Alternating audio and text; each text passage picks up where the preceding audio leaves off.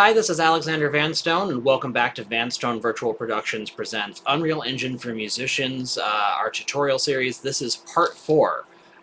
In this segment of the tutorial, I'm going to be showing you how to feed your live camera data into your animated sequence in Unreal and get ready to record your performance.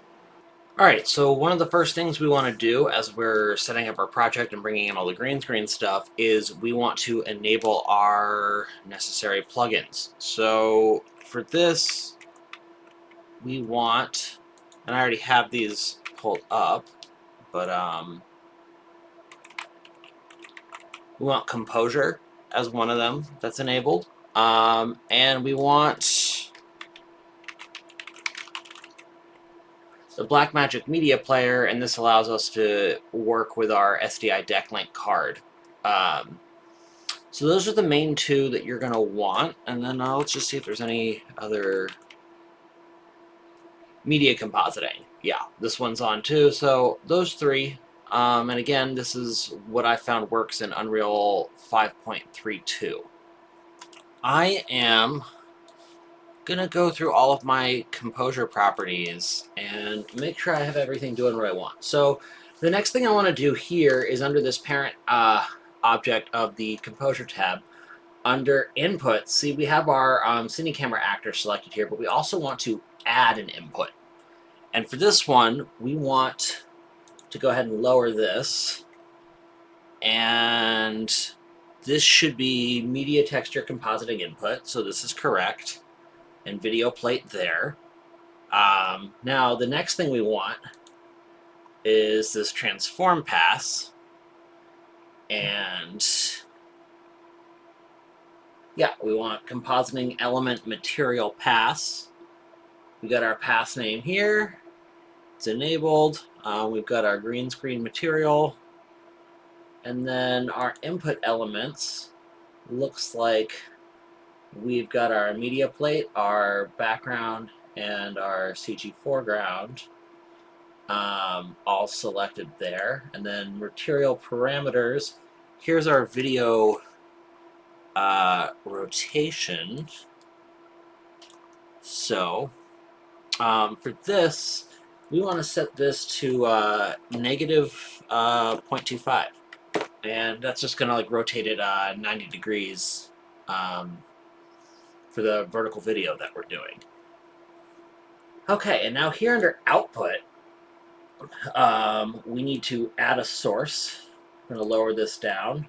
And then over here, if we go back into our, let me do what I was doing before, and we're going to want an extra content browser window. So here, I've got my Blackmagic out. So I'm going to go ahead and drag and drop that there. Okay, so now that I've added the Blackmagic video SDI outsource, this is what's coming to my monitor. You see, right now we are only seeing our foreground element, but this is at least letting us see what's going on in the comp.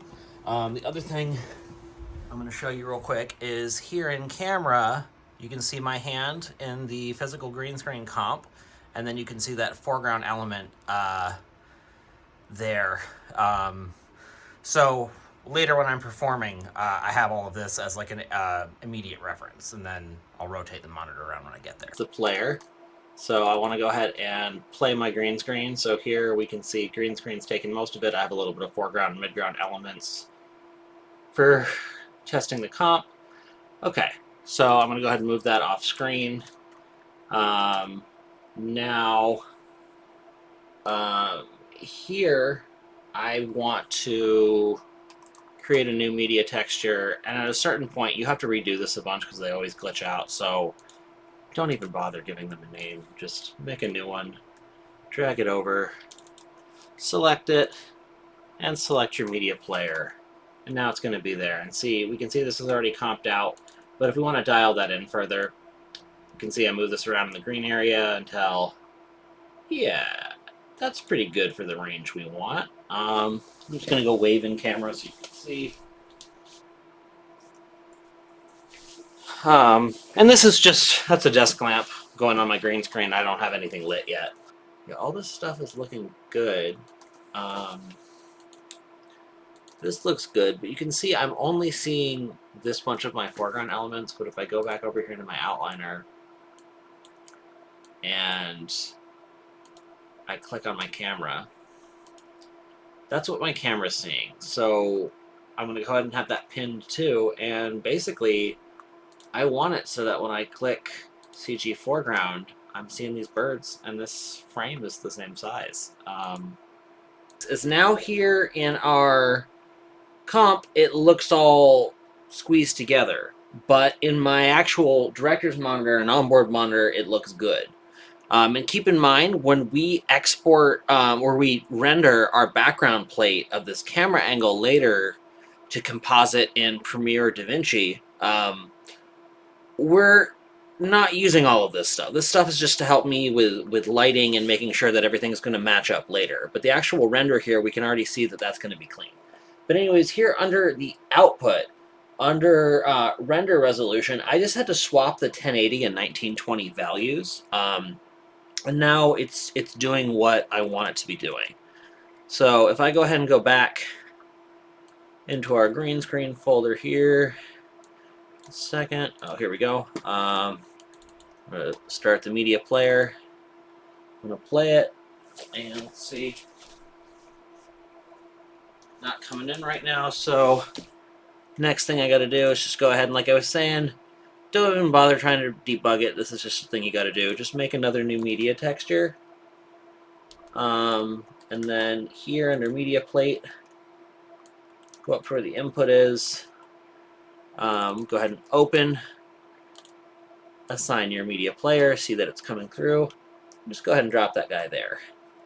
And now that we can see our media plate, so I can go ahead and do this as well, is then we're going to see all of our elements. So our background has all of this stuff.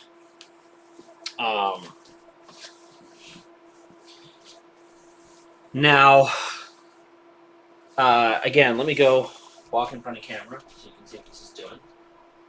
So you can see I'm behind the table here in the foreground.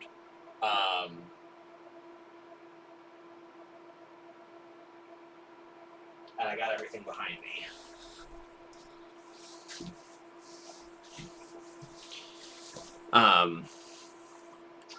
Thankfully, this is like a pretty clean line here. So when I'm going to have a pass of rendering the whole sequence, where the way I capture these foreground elements is I'm just going to put, I'll show you right now actually. My content browser, we're going to create a new folder called Bluescreen. And we are going to create a material. We're going to call this Bluescreen material. Now we're going to open this guy up. And this is going to be super simple. So we're going to go for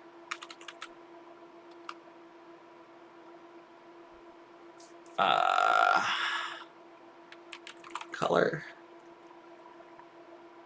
So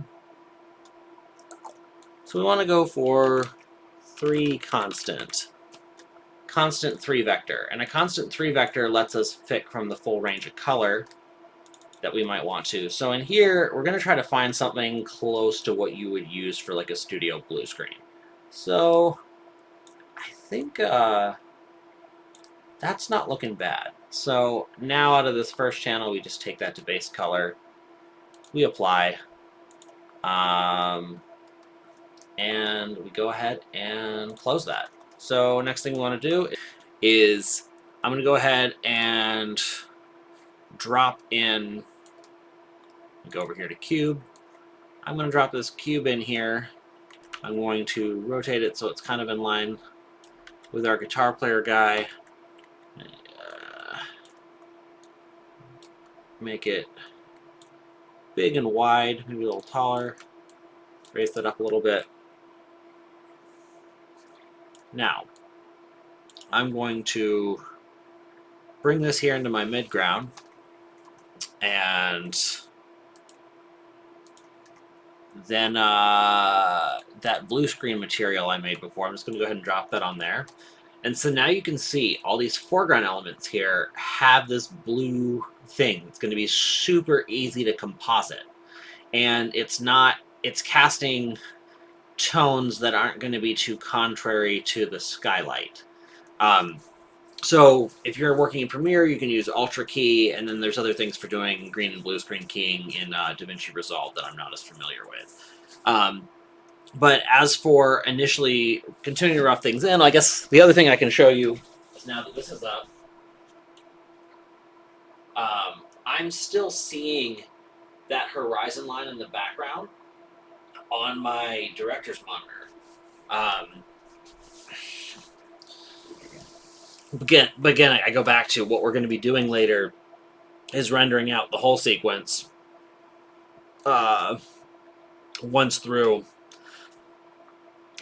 with everything, and then again with just the foreground where I put this fly this blue screen in, and just like we've got some grips on set, we're going to go ahead and just the easiest thing is just to make this nice and small for now. Yeah, lower that down, a little skinnier.